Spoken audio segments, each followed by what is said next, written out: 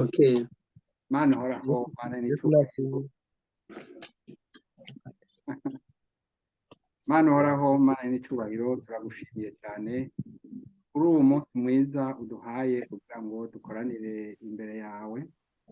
Tuje imbere y'imbaga zawe kugira ngo tuganire nawe, twumve icyo tubwira. Ndagushimiye kuri aba bene data bari mu mihingo itandukanye wegeranije kugira ngo nyine utwereke rwa rukundo kandi ku buryo bwihariye uno munsi. Tuje imbere yawe tubisabiye imbabazi aho tutagororotse, dusabye ngo mu byo tuvuga no mu ko duseruka hose amaraso ya Yesu atuboneke ko aduhe abari atubera intsinzi. Tuje imbere yawe tunyotewe dushonje kugira ngo tugaburirwe nawe.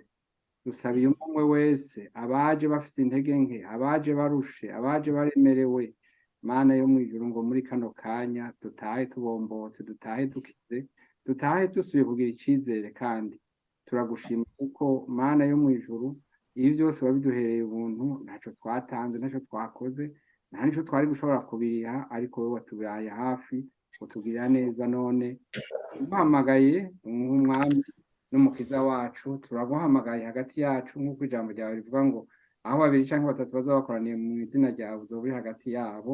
None rero dufate ikibanza c'ubwami, twebwe turabasavyi bawe, turaciye bugufi, shima muri vyose. Mana dusavye ngo ijambo uzo kutubwira uduhe n'ingome zo kurigumya, mpwemu wawe tuyobore kugira ngo ntihagire ikiducika, kandi nikitugumamo gusa ariko kigiye n'akamaro no ubu no mu bihe bizoza, mu izina ry'umwami wacu Yesu Kristo. Amen. Imana iguhezagire pastor. Ubu rero tugomba kuririmba indirimbo nka imwe canke zibicaye zitatu, hanyuma inyuma yaho nk'umuntu yoba afise intahe y'iminota 5 gushika kuri 10 ayishikirize, atayiriho nta ngorane, tuca tubana turirimba tushimira Imana, hanyuma duce duhava tuvuza ijambo ry'Imana, hanyuma duce dusengera abagwaye n'abagomba gukizwa babishaka bavyifuza babisabe, hanyuma tubanaye programme yacu. Ngomba kubabwira ko programme yacu ni kwikurikira ngo tukwiye turirimbe, hanyuma tubwire vyane nabo bari kumwe groupe baturimbira indirimbo imwe canke zibiri, hanyuma tubanaye programme. Vyane ijambo ni gwanyu. Murakoze turabire hamwe indirimbo y'150. Nezerewe ko data wa twese yamenyesheje urukundo rwiwe, mu vyiza Imana yavuze ntakiruta ko Yesu ankunda. Nezerewe ko Yesu ankunda, arankunda, nezerewe ko Yesu ankunda, naho ntabikwiye. Iyo nzimiye nkamubabaza, ntareka kunkunda ntabikwiye, kandi kinsubizaho Yesu ari, nuko nibuka urukundo rwiwe. Nezerewe ko Yesu ankunda, arankunda, nezerewe ko Yesu ankunda, naho ntabikwiye. Ninashikanywe mu bwiza bwiwe, zama ndirimbika iminsi yose, zama mubazisha indirimbo nti Yesu niki cakunkundisha. Nezerewe ko Yesu ankunda, arankunda, nezerewe ko Yesu ankunda, naho ntabikwiye. kandi urukundo niko rwazanye Yesu kuncunguza urupfu rubi kuko arankunda ndabizi neza nje ndamukunda ndamushima nezerewe ko Yesu ankunda arankunda arankunda nezerewe ko Yesu ankunda naho ntabikwiye. Mana urakoze turagushimiye Haleluya. turakengurutse mwami ukwera kwawe turagushimiye ko dukoranije kandi ntaho wigeze ukoranya ba Yakobo ubusa kandi ubagira ubagaburire natwe mwami twaje uko turi kose mukize utwemere naho turi babi ibisigaye twaje mwami mw'izina rya Yesu dushonje tugomba guhuzwa nawe twaje tunyotewe tugomba gushira inyota twaje mwami mw'izina rya Yesu Kristo none rero bwirukiro mw'izina rya Yesu Kristo uduhaze imbabazi zawe uduhanze ijambo ryawe mw'izina rya Yesu Kristo uduhezagire ubane natwe ijambo ryawe rigira ububasha n'ubushobozi uwo mugabuzi yizigiwe umuhezagire ab'indogoba ugenderako abo mwironge abo mugendo utwara amazi ahagadutse uduhezagize ijambo ryawe zobukoze nyakubahwa turi hano mwami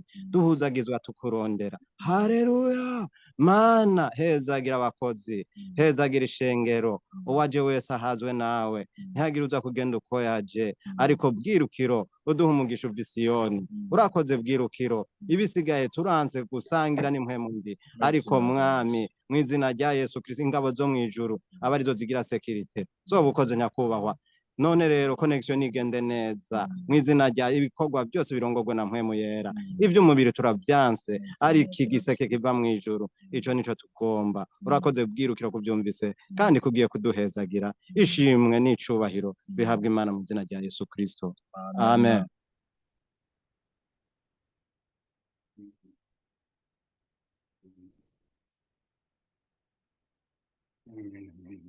murakoze Yesu abahezagire ego hariya muri Hanova turanezerewe no kumva rero uwundi afise akanadirimbo ngira ngo mwobandanya ngira ngo mwebwe ko mumeze nk'abafatiriwe gatoyi mwogira ko mujye gisahira ngira ngo byoba byiza.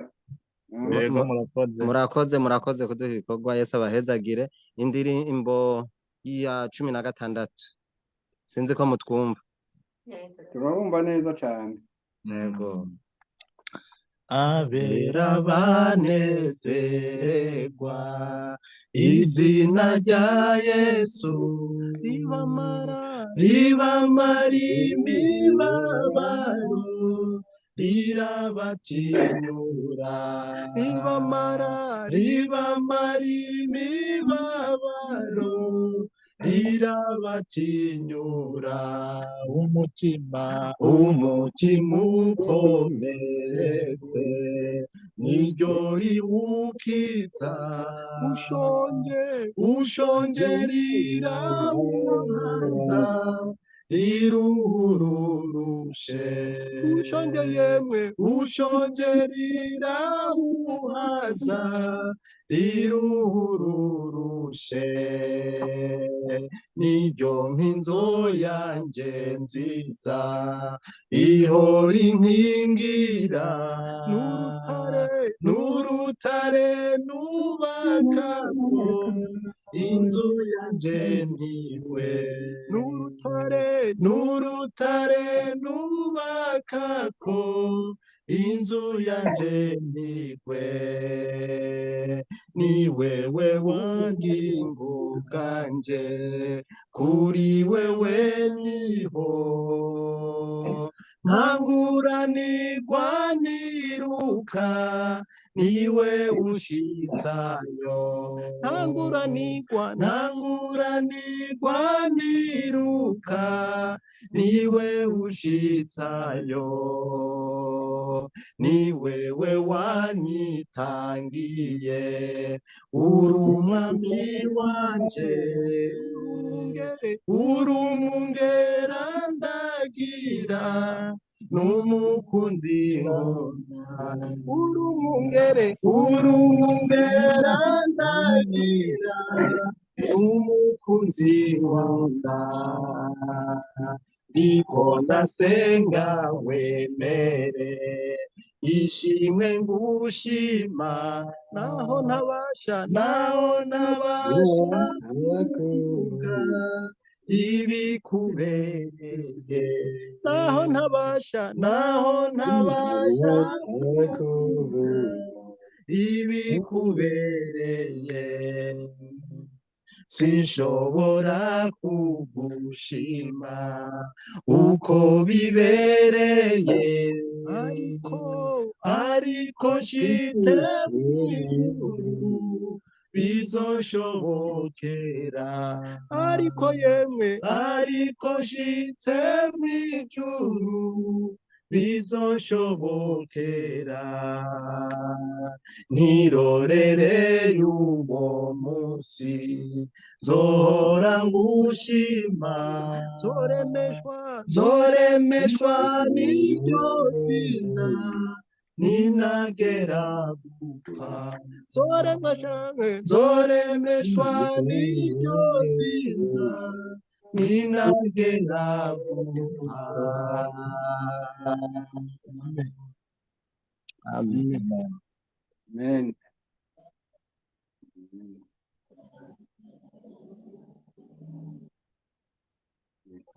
Yesu abahezagire murakoze turanezerewe no kumva ayo majwi ibi turirimba nibyo bitugize ibyo dushikiriza ngaha niyo majambo Imana ishaka kubwira Imana Siti ko muriko muravyiyumvira ngira ngo bamwe muri mwebwe n'abavyeyi abandi nabo barabonye aho abana n'abavyeyi bari umwana akagenda mu gutwi kwa se canke kwa mama wiwe akamubwira utuntu wewe uri umushitsi ntavyumenya unutwo tujambo rero turababwira ego reka rero tubarekure muduririmbire rumwe hama twe tubarekura natwe tubandanye hano kandi tunezerewe no kwakira abaje hano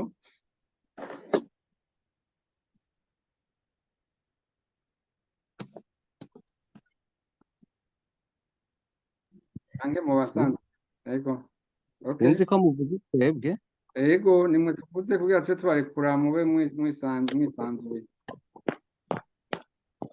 ego indirimbo turabire hamwe indirimbo ya 200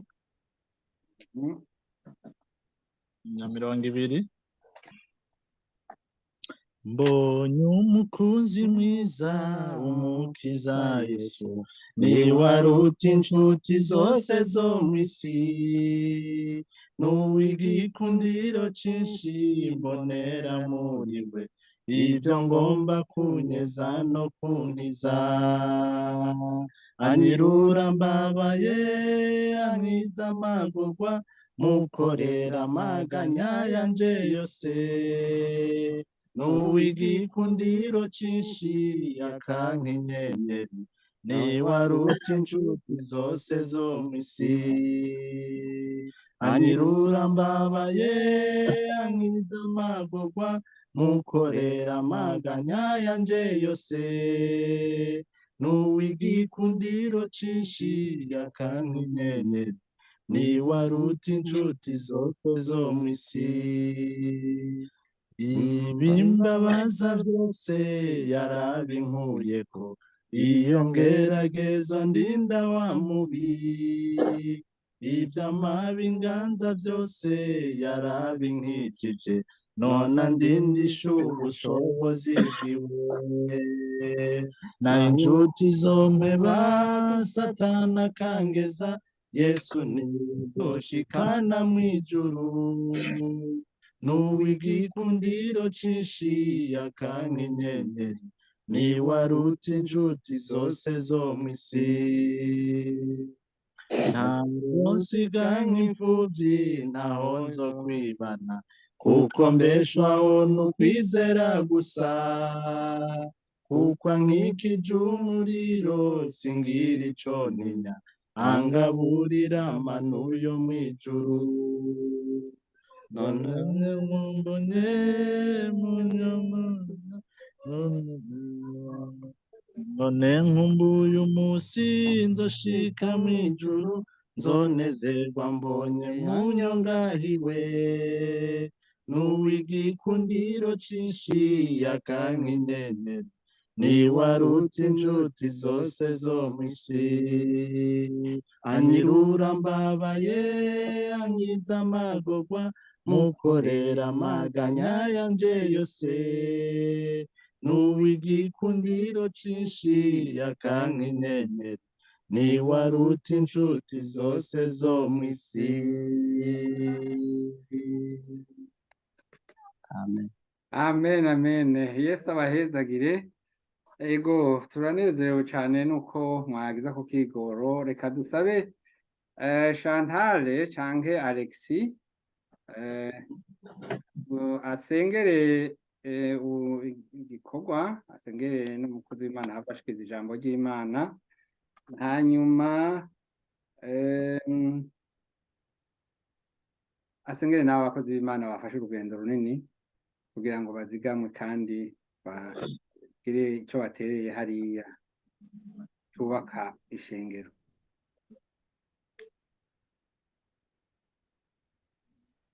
Reka dusenge.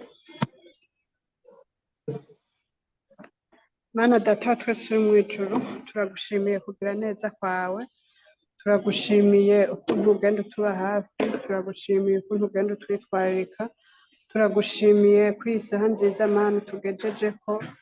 Yesu nushimwe nuhabwa icubahiro kubw'ubuntu n'imbabazi Mana utugiriye. None turaje imbere yawe Mana, dutanguye kwisabira amaraso Yesu Kristo, y'amaraso wabwiye Golgota, y'amaraso Mana yeza ibyaha, iyo twisabiye aka kanya mu izina rya Yesu. Oh Yesu Kristo, kuko ngo ubonye ko amaraso ntumucira urubanza rubi, ariko Mana ngo uca umwita ugororotse. Natwe turagomba kwitwa abagororotse muri aka kanya, turakwinginze ngo utugirire neza. Turaje Yesu ko turi kose, turaje turarengutse imbere y'inyundo zawe Mana, turaciye bugufi ukundi, turagomba kumva Imana ukundi, turagomba kukubona ukundi, mu izina rya Yesu. Turaguhaye ikaze rero Mana mw'aya makoraniro yacu, utugirire neza Papa wera, uduhezagire. Turasenze Imana, ikintu cyose kiza kuvugirwa aha hantu Yesu kize kuba kivuye iwawe, mu izina rya Yesu. Turasengeye umukozi watoranije uyu munsi, Mana umugirire neza, abo umwironge nawe wivugire. Yesu turaguhaye ikaze, uzoba ukoze wa Mana we. Urakoze Mana, urakoze. Amajambo aza kuvugwa yose Mana, ntawe umenga namwe tumenyeye, ariko umwe wese aze kuronka igisa ciwe, umwe wese uze kumuhezagira, umwe wese aze kumva igihindutse mu bugingo bwiwe.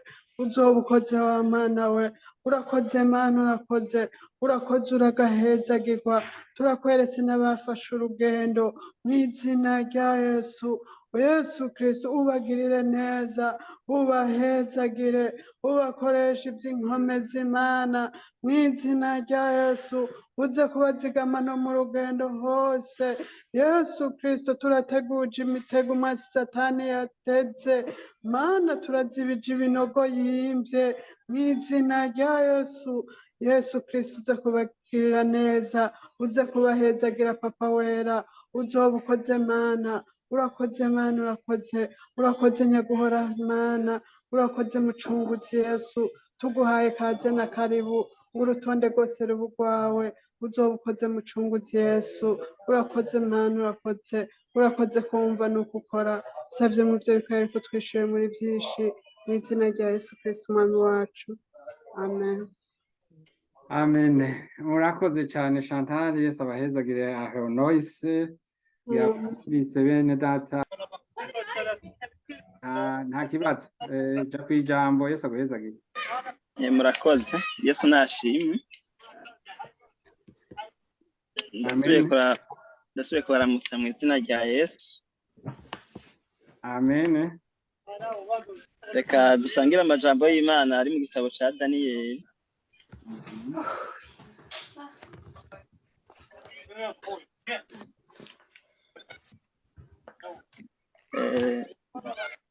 Dusome muri Daniyeli igice ca mbere. Daniyeli igice ca mbere gatoya nahashitse umurongo w'umunani. Daniyeli igice ca mbere umurongo w'umunani. Murambare nagize reka nsubiremo. Daniyeli nasinzye n'ingoga. Daniyeli igice ca mbere umurongo w'umunani avuga ngo maze Daniyeli agira imigabo umutima utazokwihumanisha ibyo kurya by'umwami canke igiturire yuhira. Nico catumye yirinda uwo mukuru w'inkone kugira ngo ntiyihumanye. Yesu abahezagire. Dusomere no kuri igice ca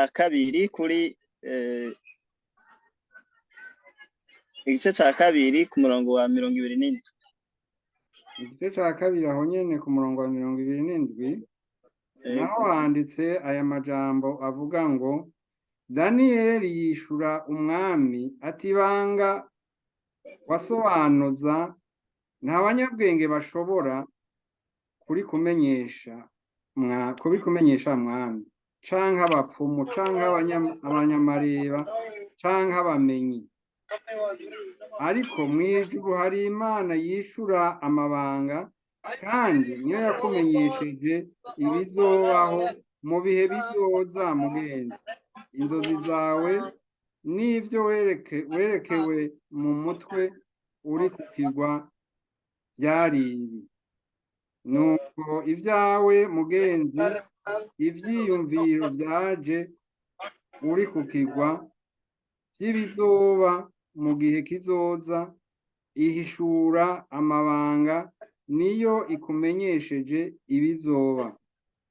Ariko jewe ubwanje iryo banga sinarimenyeshejwe, nuko mfise ubwenge kuruta umuntu wese mu bakiriho, ariko nukugira ngo umenyeshwe uko bisobanurwa, utahure n'ivyiyumviro vyo mu mutima wawe mugenzi. Murakoze. Naho mubanza mukageza ngaho.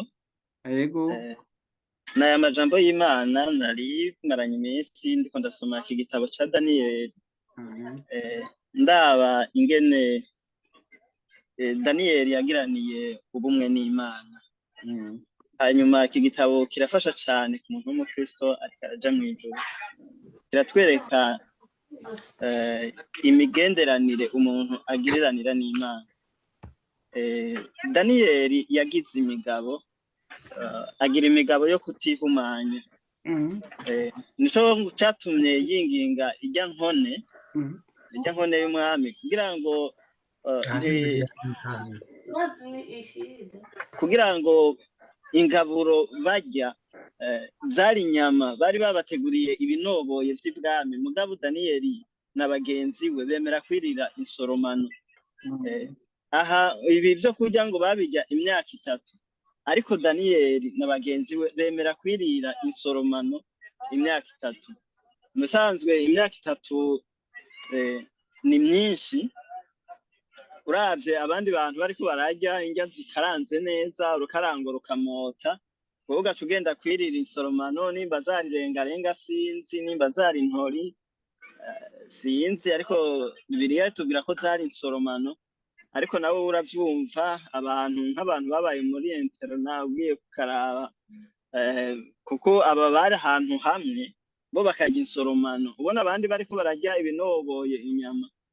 Nawe ku nsoromano hari ufata iyinga rimwe akavyihanganira, mugabo mu yindi minsi ugasanga nawe yavuze ati reka nanje nje kurya numve kuko zari indya ziryoshe cyane ariko bararaba kubw'Imana yabo imigenderanire kugira bagumane ubumwe n'Imana baravuga bati twebwe twemera kwirira insoromano kugira ngo ntitwihumanye aha rero umuntu w'Imana ni vyiza ko yihangana kugiranira ubumwe n'Imana biradusaba kwihangana biradusaba ko hari ivyo tureka kugira ngo umuntu agiranire ubumwe n'Imana umuntu arashobora gukizwa ariko hakaba ibintu biguma bimukwega kandi ugasanga ni ibintu binezera umubiri bikaguma biza nk'uko ba Daniel babona abandi bariko barajya ibiryosha ariko babona bakirira inyabutongo kugira ngo umuntu agiranire ubumwe n'Imana hari ibintu yipfiva hari iminezero y'iyi si hari bikwega abandi bantu hari ibindi binezera abandi bantu hari ibindi biryohera abantu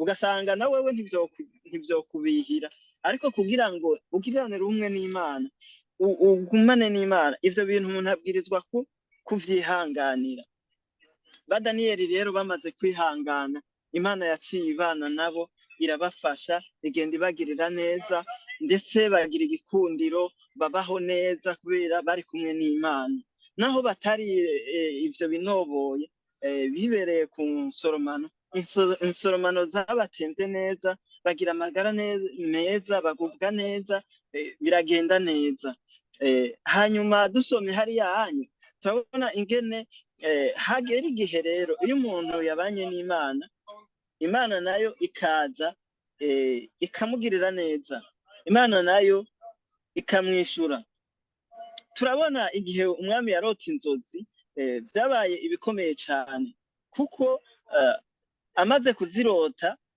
hageze igihe zimuvako arondera abantu bo kumusobanurira izo nzozi abanyabwenge barananirwa abanyamareba barananirwa ku buryo bamubaza ati mwami tubwire ivyo warose duheze tubigusobanurire umwami nawe ati vyamvuyeko nigitangaza kumva vyari umwami vyamuteye ubwoba hanyuma agaca vyibagira musanzwe normalement uko umuntu wamenga mu nzira iri normal umuntu yarose ibintu biteye ubwoba aguma vyibuka uko avyibutse bikamutera ubwoba mugabo umuntu yavyibagiye hanyuma akavuga ko bimuhangayikishije biragoye gutahura aba rero banyabwenge n'abapfumu n'abanyamareba bose bavuga ati tubwire izo nzozi nawe ati murabeshe mugomba kubera mugomba ndababwire hanyuma mumbwire ibi mumpumurize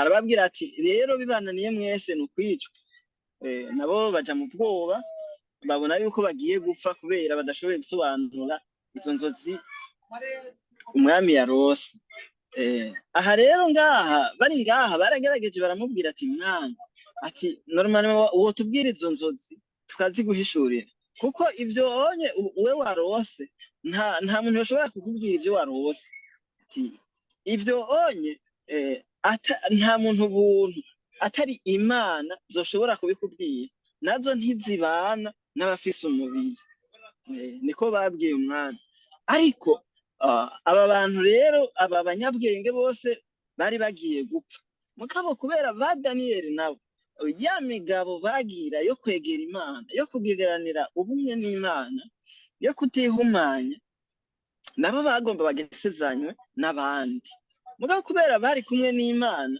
Daniel amaze kuvyumva bakamubwira yasavye ati mumpakanya gusa mumpakanya umwami nzoza ndamumenyesha izo nzozi bamaze kumuha akanya yaciye ajiwe acaragenda iwe arabwira bagenzi we ingene bigenza ati muze dusenge twinginga Imana baca baragenda binginga Imana icirabimuhishurira ko mu nzozi acaragenda arabimenyesha umwami amaze kubimumenyesha aramubwira ati mwami si jewe ni Imana iri mwijwe niyo kumenyesheje ibizoba iri jambo ryarandyoheye Daniel yakoresheje yavuze ati Imana iri mwijwe umuntu w'Imana aramenya iyo Imana imikoreye ibitangaza ikamwereka canke ikamuhishurira nta na rimwe yigera abona yuko ari we yabikoze ahimbaza Imana kandi naho abariko arabishikiriza aravuga ati Imana yo mwijuru imana yakoze ibitangaza, imana yo mw'ijuru umwami niyo yakumenyesheje ibi. Iri niryo jambo kandi na Yosefu yakoresheje ca gihe yasobanura inzozi, yavuze ati imana iri mw'ijuru, imana yo mw'ijuru. Rero abantu basenga imana, abantu batihumanya bagiranira ubumwe.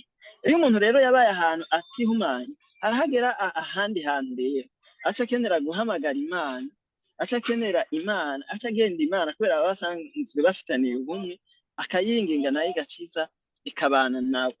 Abantu kenshi tuza gukenera imana mu gihe bigoye.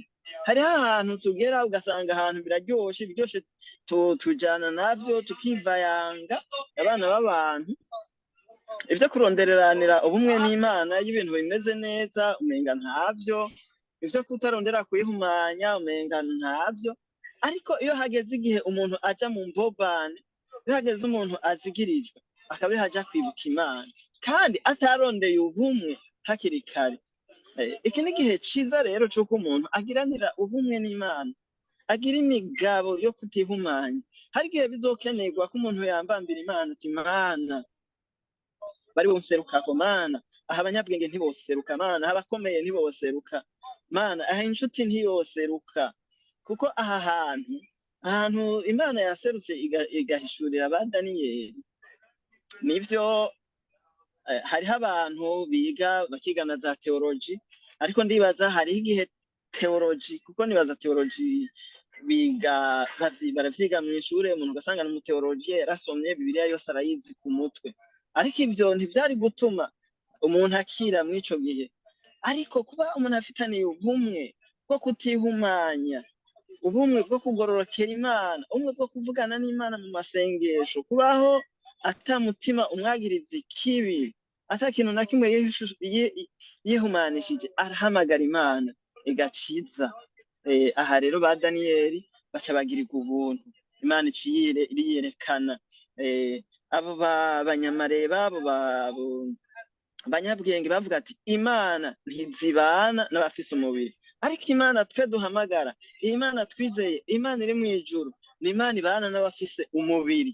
Iyo babayeho batihumanije, iyo babayeho birinda icaha cose bakayigororokera, imana nayo iraza ikabana nabo.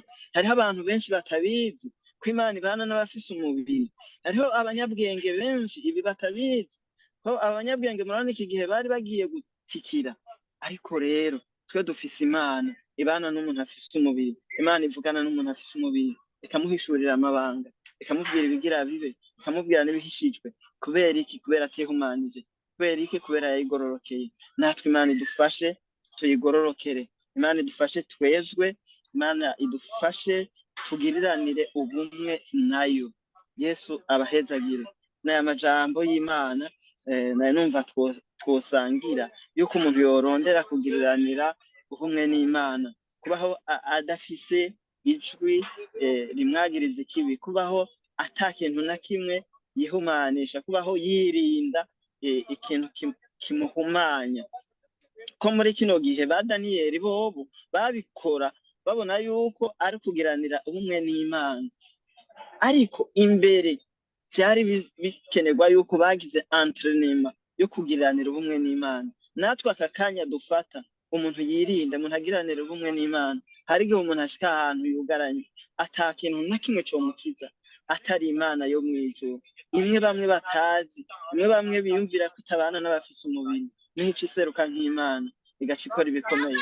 Umwami rero aca aravuga ati nihashemagizwe imana ya Daniyeli, ati umuntu azovuga nabi imana ya Daniyeli uwo azohimbagurwa. Natwe rero imana twizigiye ni imana ikomeye, ni imana y'ububasha, ni imana iseruka iyo abanyabwenge bananiwe, abapfumu bananiwe, abantu bose bananiwe, ikiza igaseruka nk'imana. Yesu abahezagire. Mwami Yesu turagushimiye, tugushimiye kuri imana yumva, imana ihishura, imana ikomeye, imana y'ububasha. Mana turagushimiye kuri imana iri kumwe natwe, turagushimiye kuri imana y'ubuntu, imana y'imbabazi. Mana yo mw'ijuru tugirire neza, ubane natwe, uturinde muri vyose mana. Aka kanya rero turisengeye mana, mu izina rya Yesu Kristo, kugira ngo uze ubane natwe mana. Birashika umuntu akaba hari icyamuhumanije, ndakwinginze ngo utweze kuko ni wowe weza. Amaraso ya Yesu ngo atweze mana, kugira ngo natwe tubeho tudahumanye, kugira ngo tugiriranire ubumwe nawe, kuko turiho mana dufitaniye ubumwe, niho tuguhamagara nawe ukatwumva, ukaza ukadutabara, ukaza ukadukura aho inshuti zitodukura, aho abanyabwenge batodukura, aho abakomeye batodukura mana, ukaza ukabana natwe, ugakora nk'Imana n'abantu bakabona ububasha bwawe mana. Urakoze kibirengeye, urashishikara kubana natwe, utugirire neza muri byose mana, mu izina rya Yesu Kristo. Aya majambo rero mana, jewe ubwanje sinoshobora kuyatahuza umuntu, nta n'insiguro noronka zikwiye, ariko mana wo kuri Imana ndakwinginze ngo umuntu wese ayumvise uyamusigurire mana, aba ari wewe uyamubwira ukayamusigurira umumenyeshe neza mana, mu izina rya Yesu Kristo mana, umuntu wese aba ari we umwihishurira, mu izina rya Yesu Kristo uzobukoze. Urashishikara kubana natwe, sengera umukozi ari inyuma mana, urabana nawe aba ari wowe umuvugisha mana, mu izina rya Yesu Kristo abe nk'umugende ujana amazi ku isi yumye, uzobukoze mu izina rya Yesu Kristo ndabisenze, amen. Yesu abahezagiye. Amen. Urakoze mukozi w'Imana kuri aya majambo meza tubwiye. Bigaragara ko uyu Daniel yagize ubwa mbere yafashe ingingo. Hariho ururimbo numvise muvuga ngo nzomunambaho, nzomwumako. Ati je nzokuma kuri Imana yanje, kandi sinzokora ibintu binyanduza, bimpumanya, ngo bintandukanye. Aho niho bihera. Amaze guhera gushika kuri iyo ntambuko, yahindutse kimwe Pasteur Gervais ejo bundi yadusigurira atubwira ati umwizigirwa. Yabaye umwizigirwa w'Imana, un confident de Dieu. Imana nayo imuha ububasha bwo gusigura ibintu ab'umubiri badashoboye gusigura. Niwe iyo ngingo yafashe ku bisanzwe yari yayifatiye ubwiwe ku giti ciwe, ariko noneho yabaye izofasha mu bwoko bwose bw'Imana, izosigurira amahanga ibiri inyuma. Natwebwe izi nkuru z'ibihe bizoza twarazumvise kandi bivuye ahanyene. Yesu yaguhezagire, wakoze kugamburuka. Ntivyoroshe gutegura utagira Bibiliya, ariko ndagushobora kuguha metode iwanje, no kuvuga mpora nandika ku gapapuro, gaheza ngasubiramwo nkaza ndaraba, ngasubira nkaza ndaraba. Ni metode bita badagi muserish, no kuvuga metode iruhisha, ariko Imana ibijamwo ikabishiramwo umunyu ugasanga birarunze neza. Yesu abahezagire. Reka duhe ikaze umuvyeyi wacu hano Pasteur Gervais, nawe atushikiriza duhe ijambo Imana yamushize ku mutima. Tubanje gushima ku gikorwa c'ejo, si ibintu bisanzwe kugira ngo umuntu yame ashika ku munsi wose, umunsi wa gatanu abe yatunganije ajya amajambo. Umuntu yaraba akavuga ngo ajya amajambo ni menshi cane kugira ngo atondeke kurya, nta muntu yovyikoresha atari mu Imana imukoresheje. Yesu aguhezagire. Imana iguhezagire Pastor, kandi ihezagire na mukozi w'Imana Alfred. Ego nguko mubivuze, ijambo ry'Imana umengo nkuko umuntu abibonye produit fini, umengo n'ibintu bisanzwe mugabo si bisanzwe, kuko birafata umwanya wo gusenga, umuntu akabibaza Imana, umuntu akabitegura, akabishira kuri brouillon, n'umwanya munini, mugabo ntaco n'Imana ibikora. Ni kuba disponible. Imana ntikoresha abanyabwenge, ntikoresha abahinga, ntikoresha abantu bazi ubwenge bakerebutse, ikoresha abantu bari disponible. Nawe ugomba gukorera Imana ba disponible, kandi kuba disponible ugomba guha umwanya ko Imana, kurondera umwanya w'Imana irawuguha. Uvuga ngo nta mwanya uriho ntawuronka, niko bimeze. Ubwo uti nta mwanya mfise, nta mwanya wo gusenga mfise, nta mwanya wo gukora Imana mfise, ni ukuri ukawuronka. ariko ugize uti urawuronka nyene hanyuma agashimira Imana Nkunzimana Alfred iri jambo yaje kuvuga inyifato y'umuntu w'umukristo ariko aja mw'ijuru na jewe nico mbandanya mvuga nyene umuntu w'umukristo inyifato y'umukristo ariko aja mw'ijuru yo inyifato y'umuntu w'umukristo ariko aja mw'ijuru ngibanda cane cane kw'ijambo ryitwa nk'uko pasiteri yaje kubivuga mbere nababigishije ba umwizigirwa una munsi naho ba umugwaneza ba umwizigirwa ubu naho ni ba umugwaneza umugwaneza narakiravye mu gifaransa citwa ngo la douceur ijambo ry'Imana riratubwira ngo tube umunyu n'umuco w'isi umunyu ushize mu vyo kurya biraryoha umunyu ushize mu vyo kurya hari naho ushira mu nyama ntibibora kandi aho ugiye muri sosiyete mu muryango ifu yuko abantu bagubwa neza canke ku kazi bakagubwa neza ukaba umugwaneza ntube mu rurazi iyo jambo rero ubugwaneza ndarikura muri Bibiliya muri Galatiya igice ca 22 igice ca 5 umurongo wa 22 gushika 25 twama twabisomye ivyamwa vy'ampwemu yera ni urukundo umunezero amahoro kwihangana kugira neza ingeso nziza kuba umwizigirwa ubugwaneza ukwirinda ubugwaneza agapasita mu kidage citwa gute ubugwaneza kiragoye mu kirundi yahoze ndiko babitera mu gifaransa ni la douceur cawe noneho sindi waba ufise nibaza ko na bonte birabe mu ntuze mu ngenda biramwe dictionnaire y'igifaransa canke mu ntuze y'ico y'ikidage mw'idagi ego abigarati igice ca 5 umurongo wa 22 gushika kuri 23 uca ubona ubugwaneza ngene bavyita ego ndabibasomera urwandiko Galate 5 ndaje ndakikubwire mu kanya urampagarika hanyuma rero nk'uko twariko turabivuga rero umugwaneza tugomba kwiga niki agomba kuturonderera pastor Irene umugwaneza si uko muvyumva nico gituma nabavuze ko bategeza kubitrandubiza bakabiraba kuko bingira iryo jambo ryaragoye muri Bibiliya handitse ngo umugwaneza ni umuntu yemera kubabazwa akagirirwa nabi hano ku isi n'abanyakibi ntagwanya umunyakibi umugwaneza ntiyihora ariko aho uburyo uburake bw'Imana yizigiye yuko izomucira urubanza rw'ukuri ndasubiramo umugwaneza nk'uko Bibiliya bivuga ni umuntu yemera kubabazwa sinzi ko nawurimwo sinzi ko abantu ari benshi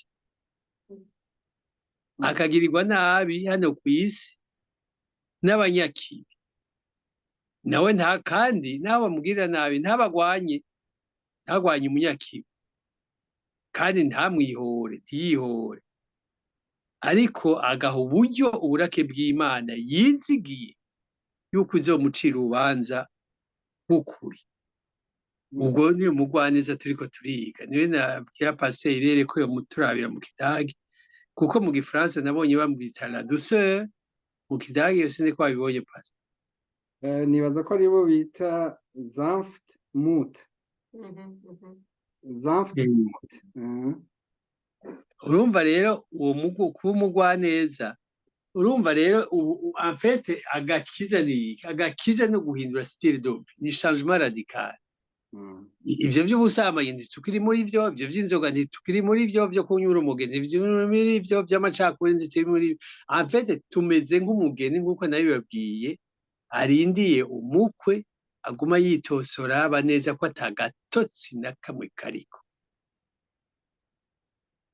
akatosi na kamwe kariko nico turiko turiga kugira ngo tubekore nk'uko abadayimoni na satani bavuga yuko ngo abarundi bageze kuri aeroport agakiza bagasigaho. Intumbero yanje ni uko natwe tuguma duhindura tuva mu bwiza tuja mu bundi. Uwakubonye ukiri mu Burundi uwo mwahora muyaga asanga uri uwundi warahindutse, utakivuga nk'uko wavuga, utakigenda nk'uko wagenda, utacambura nk'uko wagira, uzobe mushasha. Nico turiko turiga. Mu gifaransa bavuga ko n'avance par recul, utavansa uriko urasubira inyuma. Kandi ijambo ry'Imana riratubwira ngo mu minsi ya nyuma abezwa bazoguma bezwa, abagabitanya baguma bagabira. Murabona abagabitanya ni benshi cyane, ibyaha biguma bigwira bikomera. Haza ibyaha bitari bwabone mu minsi izahongera bazogenda amenye uko bagenda amenye uko bagira, natwe tugume tugororoka gusumba. Ico nico ndabifurije. Ico ndabifurije rero, sinzi rero uko hari ushobora gusoma Umusiguzi igice c'10 umurongo wa 4.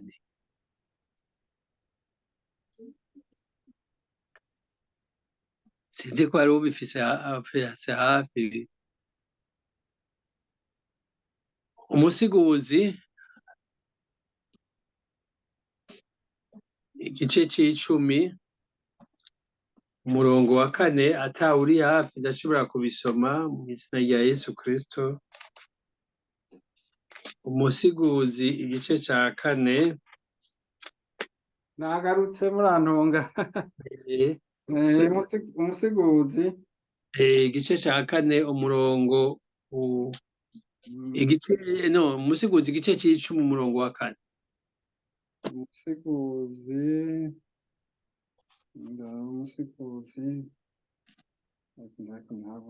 Umusiguzi igice c'10 umurongo wa 4. Havuga ngo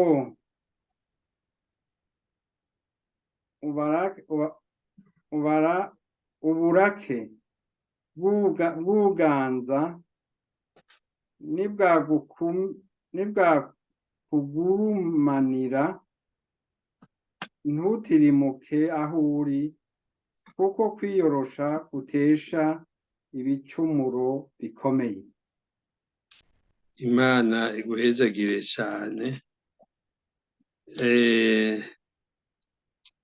Ni ukuvuga iri jambo rivuga ngo muri Bibiliya nshasha Pasiteri Irere yanzaniye, yagiye mu Burundi. Imana iguhezagire Pasiteri. Amen. Ishavu ry'uganza niryakuvyukira ntutirimuke aho uri, kuko kwiyorosha gutesha ibicumuro bikomeye. Donc ishavu ry'uganza niryakuvyukira ntutirimuke aho uri, kuko kwiyorosha gutesha ibicumuro bikomeye. Donc urumva ishavu ry'umupatro wawe, ishavu ry'umugabo wawe, ishavu ry'umukenyezi wawe, ishavu naho yoba ari n'umwana wawe, riduze rikakuvyukira ntutirimuke, kuko niwatirimuka ntiwiyoroshe ibicumuro bizoza, muzotukana, muzogwana, muzojingitwa, abamareyakisiyo satanike aba bateye hanyuma bice biburudu n'ibintu bimeneke n'inzishi. Ampete nico gituma rero hariho ibintu tudategereza gufata harareje. Nk'uko umukozi w'Imana Fred yavuze, turiko twiga kugira inyifato umuntu w'umukristo ariko aja mu ijuru. Ivyo byose birafekta comportement yacu, birafekta umubiri wacu, bikafekta ubwenge bwacu, bikafekta itunga ryacu, bikafekta akazi kacu, bikafekta ibintu byose mu buzima bwacu. Ibintu by'ishavu, ibintu vy'akarimu, dutegerezwa kwiga kuvuga. Ndabatera inkuru. Haraheze nk'imyaka 8 ariko nditegura mu minsi ya nyuma ngomba kuheza akazi ko muri RTNB, hanyuma ndaduga ruguru muri iyo porotaje muri Tumaranirungu. Hanyuma muri Tumaranirungu hariho komande baragira amakomande y'ama emisiyo yo hanze. Nari ngiye ndi chef de mission ndi kumwe n'aba jeune journaliste, ngiye kubigisha ngene bazosigara baravyifatamwo. Hanyuma rero nari umukristu kandi nari umupasitori, kandi nagomba kubigisha mfise ishaka ryinshi ryo kubigisha ngo bamenye akazi neza cyane, sige babizi kuko nabafata nk'abana banje. Ndagenda ndabigisha, ndababwira amareportage ngene bayagira, ndababwira ivyuma ngene babigira, ndababwira ngene babika ama emission kugira ntibayafute.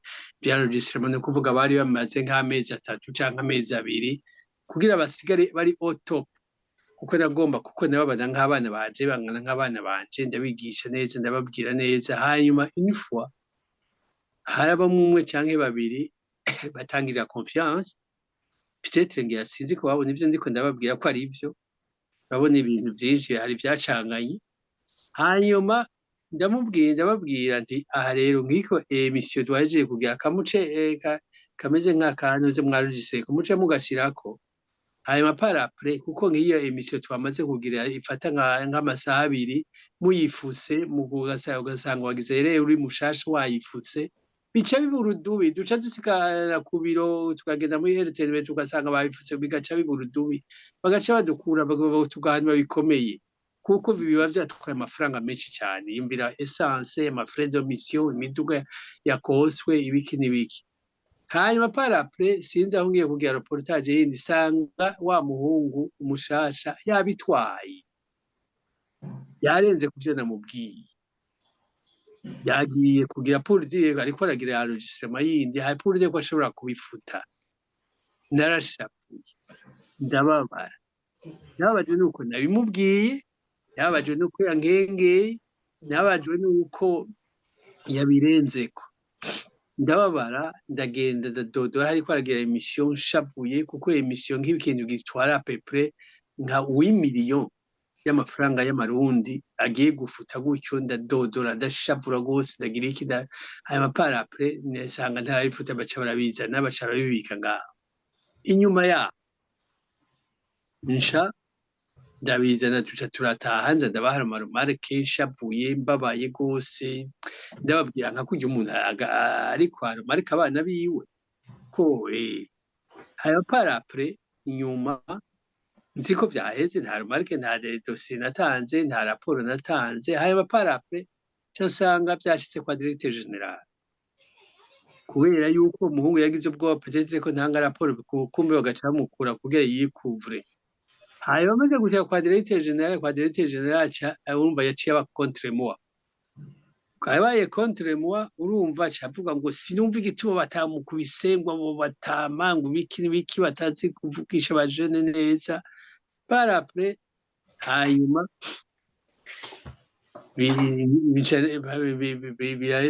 nanje ndababara, abantu nagomba gufata nk'abana, abantu ariko ndigisha, abantu n'ibiki none baciye bagenda kundega, baciye bagira iki ngo nabakariye nabagiriye.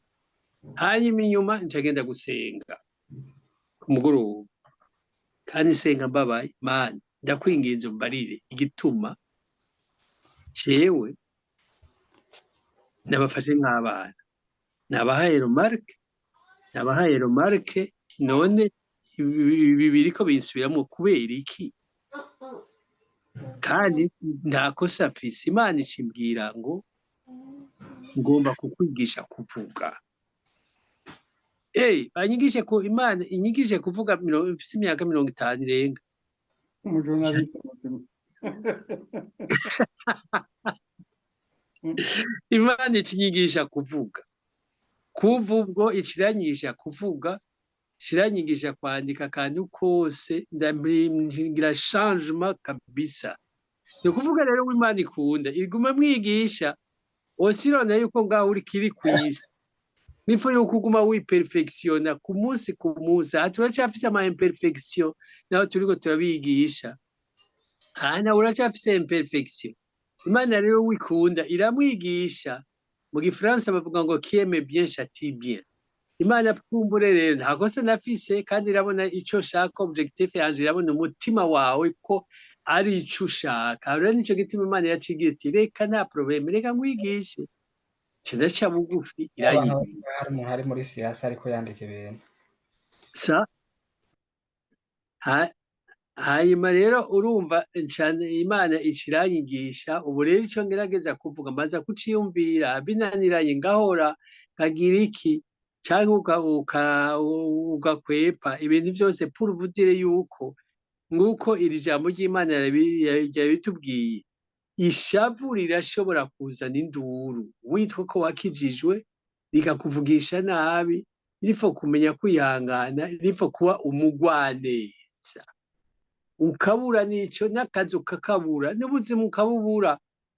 Nico gituma rero dutegerezwa kuba umugwaneza. Kandi noneho Pastor Masi, umugwaneza n'umuntu yemera kubabazwa, naho woba ari ukubabazwa, naho boba bakugirira nabi ubona bariko barakurenganya. Ndurwanye umunyakibi ntugerageza ngo nzokwihora. Ivyo nivyo dutegerezwa kugira changement de comportement, style de vie gahinduka. Ubwo ni ako niko gakiza. Ntidutegerezwa kuvuga n'importe quoi n'importe comment. Hariho muri abapsikologe bavuze ngo bariko bagira ngo langage ya girafe canke langage ya shakari kuvuga nabi, girafe ikagerageza kuvuga neza. Twebwe rero ntiturabe ngivyo, tugerageza gukora nka Yesu Kristo, ukavuga nk'uvugishijwe. Twe ntituraba ibikoko, turaba Yesu Kristo, niwe duhanze amaso. Uko niko dutegereza kuvuga. Ndabahe n'akarorero gatoya. Nk'umuntu dutegereza kwiga kuvuga. Urashobora kumva umuntu agira ngo mva mu matwi, mva mu matwi. Murabizi ko bivugwa. Normalement ntitwateze ngo mva mu matwi ntusubire kuvuga. Normalement naho yoba ari umwana canke ari umuntu yogira aho wari ucuvuga uti vuga buhoro buhoro. Mva mu matwi ntukwiye, nta mukristo akwiye kubivuga, akwiye kuvuga ati vuga buhoro buhoro. Nk'umwana aronse amanota make akaronka nk'atanu kuri 10 muri mate, ayo manota ucumubwira uti ayo manota yawe, niwe umubwira ngo ayo manota yawe urateye isoni, vraiment c'est grave. Oya, mubwira uti ayo manota yawe yoduga gatoya ivyoba vyiza. Ayo manota yawe yoduga gatoya ivyoba vyiza. Ahari nawe urashobora kuvuga ngo urwo ruyogoyogo rwawe rurambuza gukora vraiment. Urwo ruyogoyogo dore wamaze kuvuga ko ndavuga nk'abantu n'uruyogoyogo. En fait ucuvuga uti uvuze buhoro buhoro vyotuma nkora neza, vyotuma nkora neza. Canke ukaza wumva ngo si ubwa mbere ungirira ivyo, si ubwa mbere ungirira ivyo. Umukristo uriko uri umukristo, inyifato y'umukristo ariko aja mw'ijuru, ucuvuga uti uhinduye vyoba vyiza, wosanga bidufashije twese. Pour vous dire yuko ni ibintu vyinshi. Niko kuba umugwaneza, niko dutegereza kwigenza, niko dutegereza kugenda, kuko inzira yo mw'ijuru ntiyoroshe. Inzira yo kuja mw'ijuru ntiyoroshe. Dutegereza guhindura style de vie tukaba abandi bashasha, kandi nawe usanga mu buzima bwawe biriko biragufasha. Pastor dusomere Imigani 14:30. Imigani 14 umurongo wa 30. Imigani 14 umurongo wa 30 handitse ngo umutima utekereje nibwo bugingo bw'umubiri, ariko ishari ni nk'ikimungu co mu magufa. Imana iguhezagire. Mu Gifaransa ho babivuga ngo la paix de l'esprit favorise la santé. Mais la passion est un cancer qui ronge les os. La paix de l'esprit favorise la santé, mais la passion est un cancer qui ronge les os. Donc, amahoro yo mu mutima atuma amagara aba meza. Ariko uruyogoyo gushaka kugumuka ni nka kanseri ibungwa amagufa. Donc urumva ni grave. Donc birafekite sante yacu. Then pour dire yuko dutegerezwa guhindura, pour dire yuko gukizwa turabifisemo intere. Ukijijwe neza n'amagara yawe aba neza, ukaba amahoro. Iburaya muhora mumva ngo stress ni nyinshi, ugaca usanga abagore bose banywa itabi. Ni kubera iki? Stress ni nyinshi. Abagabo bose banywa itabi, stress ni nyinshi. Abana bose banywa itabi, ngo stress ni nyinshi. Abantu bose bagize depression, bagize iki n'ibiki. Nibyo byose ni ukuntu agakiza gake. Donc il faut yuko ugerageza kumugwaneza. En fait kurubwira bo mugwaneza ntibishoboka utebuzuze mu yera. C'est ça, niyo condition sine qua non. Si nutuze mu yera, mu stress zo gukubita kwe, depression zo gukubita no kwiruka utimuzi wiruke. Puis nico gituma n'amadivorce ari menshi byose tuzi ugasanga abantu uzeye abantu urabona umugabo n'umugore ko baba bagenda bafatanye bagenda barasoma n'abagenda baragira iki, habaye akantu gatoya mu mizantane gatoya amacuma acacomoka, donc bagaca bagira divorce. Puis donc nta bintu vyo hagati na hagati, oya c'est 0-10 0-9. Donc c'est ça. Donc rero ivyo vyose ifu yo kumenya yuko utingene utegerezwa kwikomporta. Birafekta amagara yawe, birafekta ame yawe, birafekta esprit, birafekta ame, birafekta umubiri na sante yawe. Gushikaho na kanseri bitera.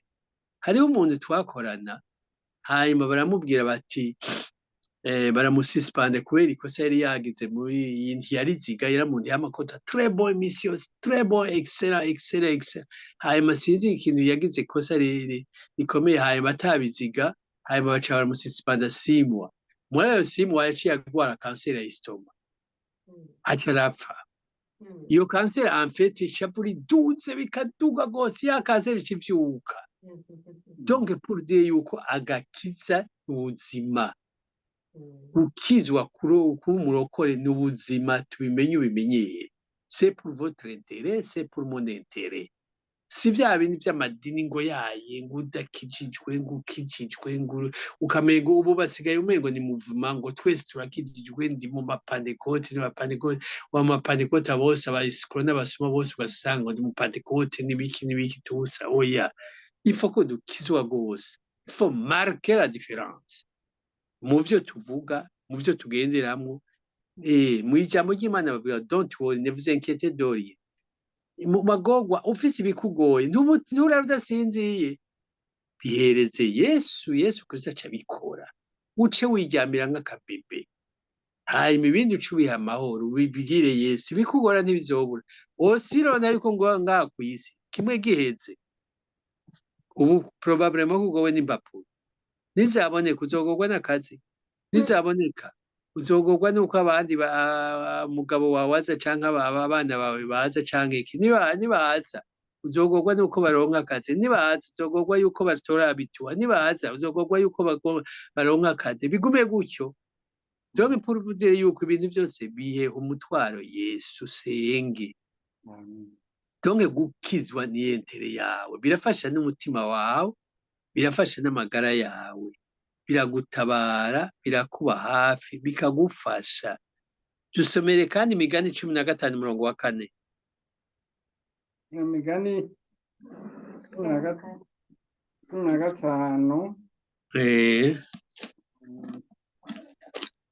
umurongo wa 4 avuga ngo ururimi rwiza ni igiti c'ubugingo, ariko urugoreka nakavuna mutima.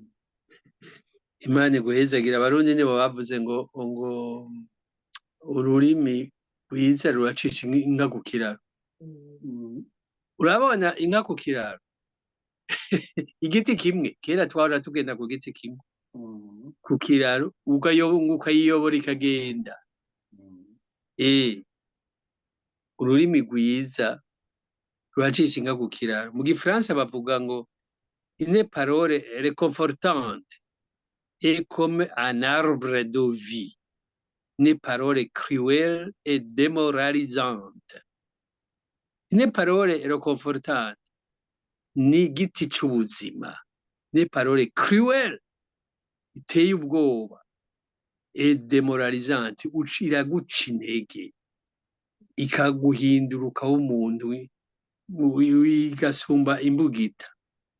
Abakenyezi benshi muhora mwumva abakenyezi bagira ngo yankubise, ngo umugabo aguma nkubita, umugabo aguma nkubita, yankubita aguma nkubita, ariko bo bakaba bafise rero amale parole cruelle, amajambo ateye ubwoba, amajambo akomeye bakubita abagabo gusumba imbugita cyangwa gusumba amakofi. Bo bagaca bagira ati ngo arankubita donc bakazera, ariko ijambo bagira iki donc amajambo y'abakaba arme. Donc ukijijwe ifu kumenya kuvuga neza, ukavuga parole réconfortante, kuko ukagira inyifato y'umukristo ariko aja mu ijuru. Ntitukinigana n'ivyo busambanyi, ntitukinigana n'ivyo by'ubusuma by'amacakuri, mugabo tumenye ingene tuvuga, ingene twitwara. Ijambo rivuga urisubiremo kabiri, urisubiremo gatatu, uko niko gukizwa. Kuko naho uvuga uti ndashavuye ibiki n'ibiki, c'est pour son intérêt, rirashobora kuvamwo induru, rikavamwo kwangana, rikavamwo mukamara iminsi mutavugana. Ayo mu gihe mumara iminsi mutavugana 2 semaines, 1 semaine, 3 jours, amasengesho yawe ni l'autre ndashika mu ijuru, ni bloqué. Donc urumva en fait qu'est-ce que ça veut dire? Ça veut dire quoi? Mubonye bigushikiye umenye ko mwatewe satani yinjiye. Sina problème y'umugore wawe, sina problème y'umugabo wawe, donc vous êtes mwatewe.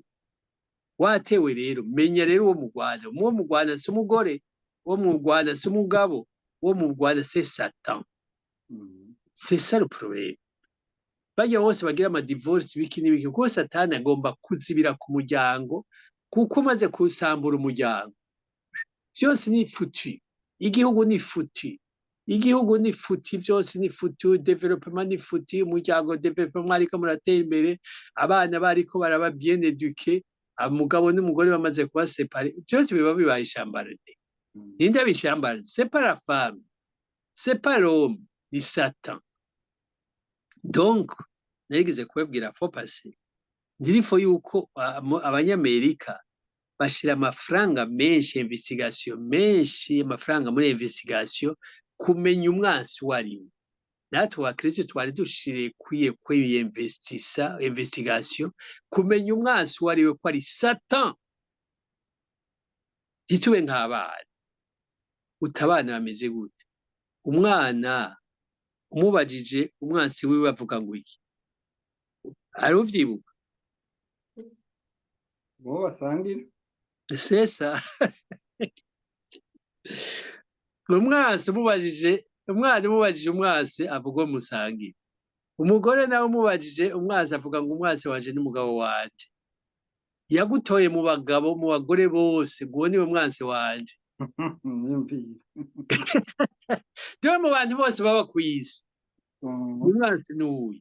Umugabo nawe ngo umwansi n'uwo mugore wawe, yagutoye mu bagabo bose, ngo niwe mwansi wawe. C'est faux. Umwansi ni Satani, hanyuma akabeje. Donc c'est ça. Donc normalement umugabo yategerezwa gukunda umugore. Hariho umuntu yigeze kuvuga ati jewe umugore wanje mbonye agiye gusambana ndamuzi, ico nomutwara, ico noca ngira, noca ndamutwara kwa Rujanti, uya noca ndamwiruka ati noca ndamutwara kwa Rujanti kuko noba mfise problème mu mutwe. Kati kuko c'est pas normal, kuko ndamuzi ntiyoja mu vyo gusambana kwiye. Noca ndamutwara kwa Rujanti, ndabiri umuntu ko akomeye neza mu mutwe. hanyuma mucemo mungarukanira tubibanira amahoro. C'est ça. En fait, ako niko gakiza. Kandi rero problème yindi satani akora. Abantu rero ntibazi yuko umugabo n'umugore babaye umwe. Umunsi basinya signature, donc babaye umwe. En fait, ndabihagazeko kubera ndabihagaze parce que satani yakuye hasi mu miryango. Donc uri kuratuka umugore wawe, umenye kuri kurituka. Umenye kuri kuratuka umugabo wawe, umenye kuri kurituka muri umwe. Donc c'est ça, niyo nyifato y'umuntu w'umukristo ariko aja mu ijuru. Tugere le changement de comportement, duhindure style de vie. Nibwo buzima kuko sino mukuba muicana muvugana amajambo mabi bica bizana cancer qui ronge les os. Cancer inywa magufa, ikica magufa. Donc c'est pour votre intérêt, c'est pour mon intérêt, ni pour l'intérêt ya twese kugira tubane amahoro, kugira ngo ube umugwaneza ntabo mu rurazi. En fait umukizwa hariho umuntu yigeze kuvuga yari umudamu umudemoiselle yaba mu rupangu yari umukizwa hanyuma caraza yabagira bati uba ngango mba mu Nyakabiga canke mu Bwiza canke mu Buyenzi ku nomero 4 bati okay ku nomero 4 baravyandika hanyuma umunsi umwe baraza baragira bati none baragenda ku nomero 4 bati ngaho hariho umukizwa yitwa mademoiselle tuvuge Jean Iradegonde ngo ngaha muri rupangu umukizwa nta mukizwa n'ukuri ngaba ngaha umukizwa bati yimengo yitwa Iradegonde n'umukizwa ngo yababwiye ngo n'umukizwa batwengera rimwe ngo n'umukizwa ngo aho ni kuva ryari ariko mu kugenda mu ishengero yagenda ameze neza agize iki Yesu ashimwe bagwana mu nda donc umukizwa amenywa nabi muhira amenywa n'abana amenywa n'umugabo amenywa n'ababanyi amenywa na komba amenywa n'abo mukorana c'est ça style de vie nuko uko twikomporta ko rero ingene uvuga ingene ugenda ingene iteye ingene ukora c'est ça abasi ntuzobabura abakuvuga nabi ntuzobabura mugabo wowe gerageza Imana irakuzi irazi umutima wawe irazi ingene utegeza kwigenza donc tuwe abagwaneza koko kuko nawe wese ukugira ngo ufashe abantu nawe bitagufashije uzosanga uriko witera cancer imunga amagufa kugira rero kandi tutekereze tube nka akarorero turafise aburoro bwinshi turashobora kugira akarorero kuri Yesu kuri Mose kuri Stefano kuri Paul tugende twihuta dusomere turabe Yesu ngene yari ameze ampete nga twavuze tutumugwa neza n'umuntu yemera kubabazwa akagirirwa nabi hano ku isi n'abanyakibi ntagwanya umunyakibi ntiyihora ariko aho uburyo uburake bw'Imana yizigiye kugira izomucira urubanza rw'ukuri dusomere turabe akarorero ka Yesu Kristo niwe dutegereza kubwira ko akarorero kubera iki Yesu Kristo kubera turaba Kristo ko turaba Kristo turaba akarorero ka mbere kuri Yesu Kristo dusomere muri Yesaya 53:7 Yesaya 53 umurongo w'indwi Yesaya 53 umurongo w'indwi avuga ngo yaracuranguzwa yamara akarendeka ntiyakura k'umunwa nk'umwagazi w'intama ujanwa mw'ibagiro canke nk'uw'intama tekerereza imbere y'abayikemura niko atakuye k'umunwa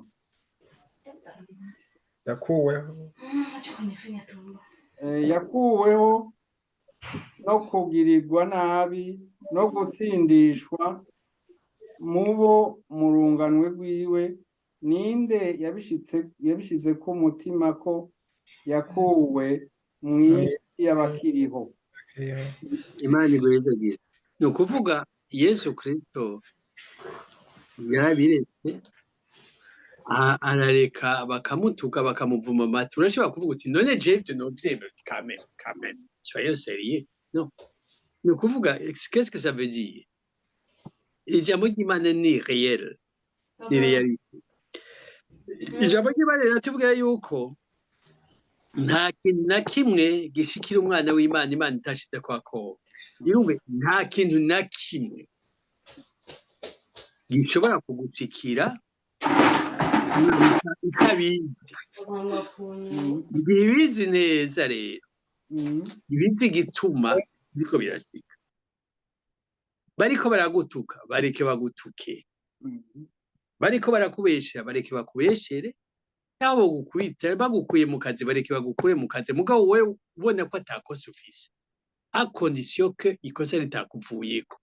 J'insiste et je souligne, ikosa nibe ryakuvuyeko ubukora neza uko ushoboye, nka kwa kwe twabisoma muri Abikorosayi igice ca 23 umurongo wa gatatu mengo, yuko umukoresha wacu mukuru ari Yesu Kristo, ukore nk'uko Yesu Kristo yagutumye, ukabona ikosa ritakuvuyeko.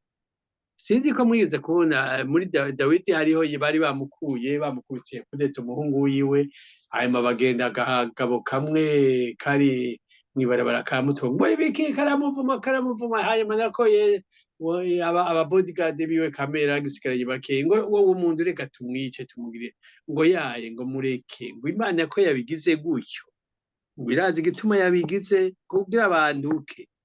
Ibizi ico yabigire. Ni ukuvuga ukabona abantu bakurenganya, ukabona abantu bagutuka, bakuvuma, ataco wagize. Ndakumenyesheje ko uzoboronka promotion, Imana izogusubiza mu nkoko gushika nawe wewe ahugira uti amina. Yego Imana ikubwira itavuga mu buryo bwinshi, uhindura style de vie. Ubu wundi mushaje, ukabona bagoma babikubwira, hindura. Ukabona babikubwira babikurenganye, naho nyene bireke. Imana izoguha promotion, izoguhezagira gushikaho nawe nyene ugira uti kabisa ndahezagiwe. Naho ubona babikubwira ko usanga ari ibyo, hindura. Nico gituma wowe uri umwana w'Imana, nta na kimwe gishobora gushikira umwana w'Imana itabizi. Vyemere hanyuma uhinduke. Donc il faut être flexible. Ngaha muriko gusaba akazi mu Budagi baba babasaba flexibilité. Il faut kuba flexible. En fait umaze kuba flexible uba uri umugwaneza. Umugwaneza rero hindura style. Donc we Imana igomba kukumanipira. Ni ukuvuga igituma tukiri ngaha ku isi. Ni ukuvuga iriko iraduhingura, iriko iratugira neza, iriko iragusigiririza. None ng'umuntu Imana iriko en fait iriko iradugusiga, iriko iragusiga, yoza kugusiga ngo nkura ku kuboko ngaho.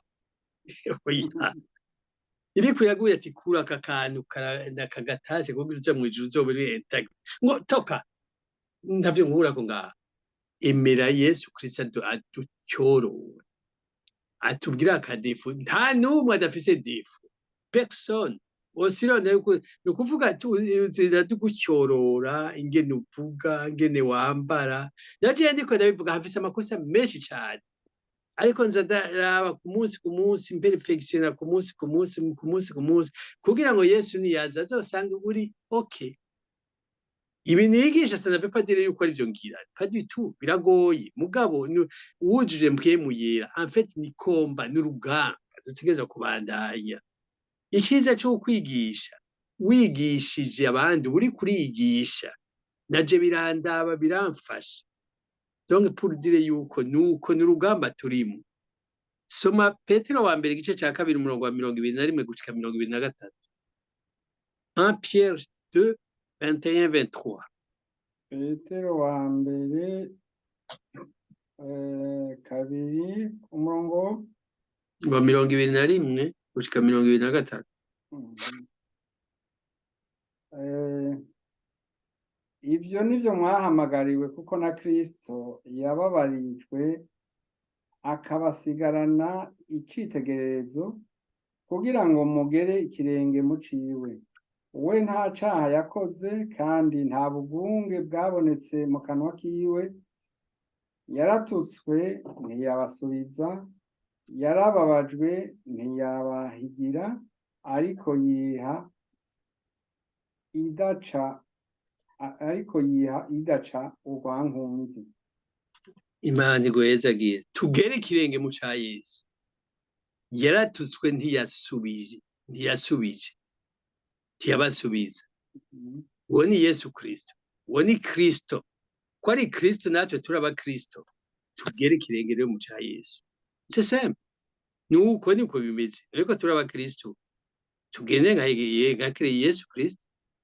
Yego. Hanyuma ubundi rero kugira duhave turangiza ni Mose guharura igice ca 12 umurongo wa mbere gushika kuri 16. Igice ca 12 umurongo wa mbere gushika kuri 16. Mariyamu na Aroni banegura Mose kubw'umunyetiyopiyakazi yabiriye, kuko uwo munyetiyopiyakazi yari yaramwabiriye koko. Baravuga bati, mbega Uhoraho avugisha Mose gusa, tweho ntatuvugisha? Uhoraho aravyumva. Kandi uwo mugabo Mose yari umugwaneza kurusha abantu bose bo mw'isi. Ako kanya Uhoraho abarira Mose na Aroni na Miriyamu ati, murenguke uko muri batatu muze kw'ihema ry'ibonaniro. Nuko bararenguka uko ari batatu. Uhoraho amanuka ari muri ya nkingi y'igicu, ahagarara mu muryango y'iryo hema, ahamagara Aroni na Miriyamu, bombi baraza. Arababarira ati, nimwumve amajambo yanje asangwa muri mwebwe, hari uwo mvugisha, jewe Uhoraho nzomwimenyeshereza mwiyerekwa, mvuganire nawe mu nzozi. Ariko umusavyi wanje Mose siko bimeze, ayoboka mu rugo rwanje hose. Uyo we twama twivuganira mu kanwa n'akandi, mfoboye ntafinze, kandi ishusho yanje jewe Uhoraho arayibona. None rero niki catumye mwubahuka kunegura umusavyi wanje Mose? Maze uburake bw'Uhoraho urabaziriringira, arivumbura. Ca gicu kiva hejuru y'ihema kiragenda. Miriyamu aca asesekako imibembe yera nka shelegi. Aroni amukubiseko amaso asanga yasheshweko imibembe. Aroni abarira Mose ati, ndakwinginze mwami wanje, ntuduhore ico caha, kuko twagize ubupfu tugakora icaha. Ndakwinginze yoye kumera nk'ikivutse gihwereye, kivuye mu nda ya nyina kiriko kirabora. Nuko Mose atakambira Uhoraho ati, Mana ndakwinginze mukize. Uhoraho aramwishura ati, iyaba se yamuciriye amate mu maso gusa, ntiyomaze iminsi ndwi amaramara. Nibamwunganire inyuma yaho mushagaje, amara iminsi ndwi, aheze abone kugaruka. Nuko bugaranira Miriyamu inyuma yaho bashagaje, amara iminsi ndwi, maze abantu ntibahaguruka Miriyamu ataragaruka. Hanyuma barahaguruka bava i Haseroti, basagaza mu bugaragwa bw'iparani. Imana iguhezagire cyane. Urumva Miriyamu na Aroni bagiriye Mose ishari rwose. gushikaho bidogera Imana ngo mbega wovugisha Mose gusa biki n'ibiki. Hanyuma Imana rero yarabahanye Pluto. Ariko Mose yahavuye atakambira Imana, atakambira Uhoraho ati Mana ndakwinginze bakize bareke kumera gutya ibiki n'ibiki bagirira ikigongwe. Ntiyagize ngo kubita izo mbwebwe, aho banababwiriye ntibumva, je ntibazi ico ndi, ntibazi ko ndi umukozi w'Imana. Abo bantu baraceza n'umuntu w'Imana, siko yavuze. Avuze ati bareke. Dore rero umukozi w'Imana wewe, nico gituma ijambo ry'Imana rigira ngo cunga umutima wawe gusumba ikintu ico cose, niho ubuzima bwawe bududubiriza. Wewe cunga umutima wawe gusa, ube correct, ukorera Imana, winjire mu Mana. Bakuvuga, batakuvuga, bagukura, batagukura, bakwanka, bareke. Imana izokwimenya. Wewe songa mbere gusa, urabe ico Imana ivuga, umukorane n'Imana. Nk'uko Alfred yavuze, wige kunywana n'Imana, kurondera ubumwe n'Imana. Hakiri kare kunywana n'Imana, kugiriranira ubumwe n'Imana n'ukwirinda. Twari kuvuga vyinshi, umwanya uragiye, na ba Stefano bose na ba Paul bose niko bakora. Dusenge. Mana Data wa twese uri mw'ijuru, uri Imana ihambaye, uri Imana ishobora byose. Turagushimira ko twigishije kuba abagwaneza. Mana nzima, kunywana nawe, gukorana nawe, kuvuga amajambo meza biragoye. Ivyo Mana nzima uratweretse yuko tutarashika nk'uko aho ushaka. Tugirire ikigongwe, utubabarire, utwigishirize, udufashe. Mana nzima utujire mpwemu yera, utatujire mpwemu yera ntivyokunda. Kandi Mana nzima udufashe, turagomba kugororoka. Paul niwe yavuze ati ewe jewe ndagowe, nama nifuza gukora iciza ngasanga ikibi kikantanga imbere. Nawe tugirire ikigongwe, udufashe, turakwinginze. Ndasaba ikigongwe bene data bose, ndazi ko bibagora nka jewe, Mana nzima, nk'abandi bose. Mana nzima utugirire ikigongwe, utugeshe ya maraso wavira i Golgotha, ya maraso wavira ku musaraba, ya maraso akiza abohora, akura kw'ivyaha n'ivyago. Tube bashasha. Nzoba ukoze. Abaje bagwaye udukize twese, umuntu wese numvise ingwara atazi wimukize. Abafise imitwaro imwe ibanga ubakize, ubakomeze. Hanyuma natwe tubandanye igikorwa cawe nk'uko ushaka, byose bigende neza mu izina rya Yesu Kristo. Amina. Imana ibahezagire kandi bazigame. Amina. Imana yacu ari nziza, gushima Imana. Yesu rero abahezagire.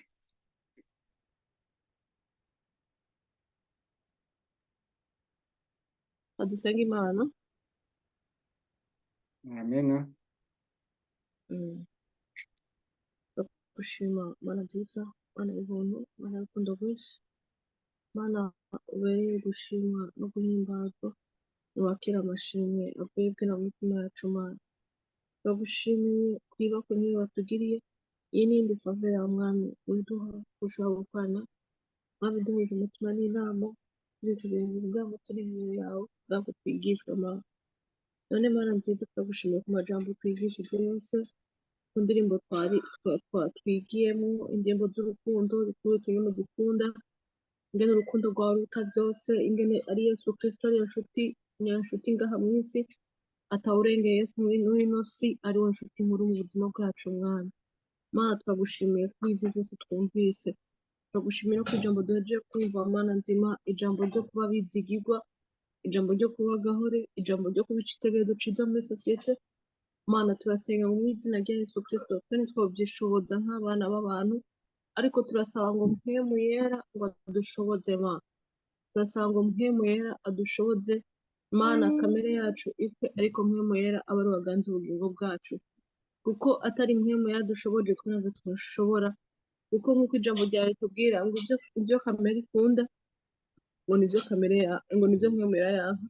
Ibyo mpwemu yera akunda nibyo kamere yanka. None Mana nzima, turakwinginze ngo mpwemu yera aganze imitima yacu n'imibiri yacu Mwami Imana ugira neza. Abe ari we atwiganzira, akontorora ubwenge bwacu, afate vora y'ubuzima bwacu Mana nziza, uzoba ukoze.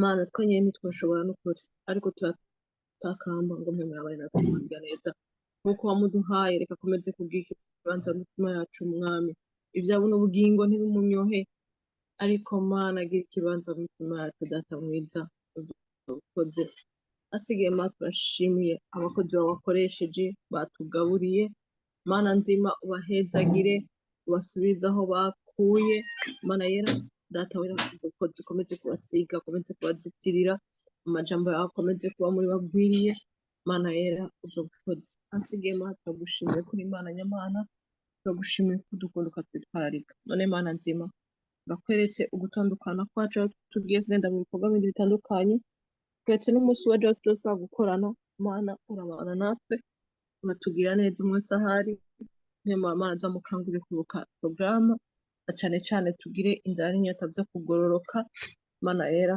uzokoze asigaye nuhabwa ishimwe nushigwe hejuru kuri byose izina ryawe rikomeza gushimwa no guhimbazwa ni mu izina ry'umwami Yesu Kristo twizeyemo amen.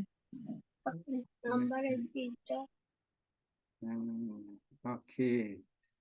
Reka tugira ngo twegerane turirimbe rwa ruririmbo hano emwe Imana yacu ni nziza uri hafi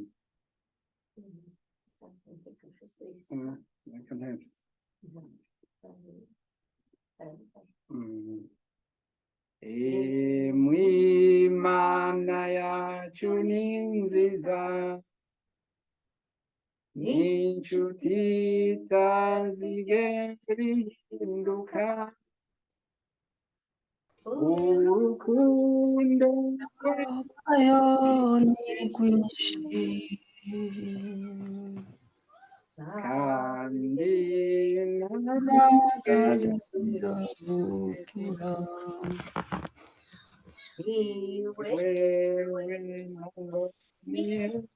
ejo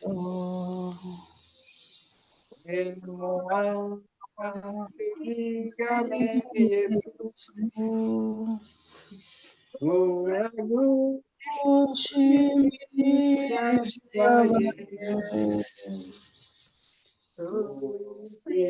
twizihiye kwizoba. Haleluya. Yesu abahezagire mugende n'amahoro ya Kristo kandi mugende mwemye iyi Mana yacu uko tuyishirako nayo niko twigaragariza kandi kadutsindanishiriza no mu bihambaye bigoye. Nuko rero mugire umunsi w'Imana mwiza muramutse imiryango yanyu abari hafi n'abari kure ngaho ufise abasanzaye ntawe ubarusha Pastor Deni. Pastor Deni. Amen, amen. Waramutse bose. Namwe mubaramutse. Okay, cheers. Dimanche nziza. Amen. Okay. Okay.